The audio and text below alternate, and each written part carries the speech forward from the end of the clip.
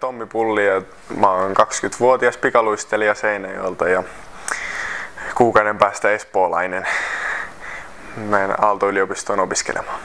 Kesäkuussa aloitin urheilukoulun tuolla Lahdessa ja siellä meni kesäviikot aika tiukasti sitten peruskauden sotilaskuvioissa ja sen jälkeen ollaan päästy ihan hyvin reenailemaan ja pieniä loukkaantumisia ja vähän sairasteluja on ollut värittänyt vähän tätä valmistautumista kisaan, mutta mä oon ihan tyytyväinen, on ollut kyllä valmistautumiseen ja nyt ollaan tässä maailmankuppikiertueen keskellä ja pitäisi lähteä sunnuntaina taas uuteen paikkaan. No se on kyllä aina ollut haaste, että miten sen yhdistää, mutta kyllä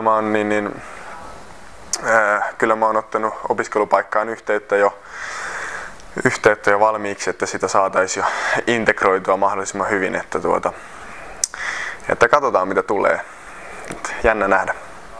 Mä olin kuulemma tullut kotiin yksi päivä ja sanoin äitille, että mä haluan ruveta harrastamaan pikaluistelua. Että luokkakaverit oli vissiin vaikuttanut siihen jonkin verran ala-asteella ykkösluokalla, kun mä sen sanoin, niin sen jälkeen sinne äiti sitten vei harkkoihin ja siitä se on sitten lähtenyt. Että vauhti on parasta pikaluistelussa, että se on tosi kiva.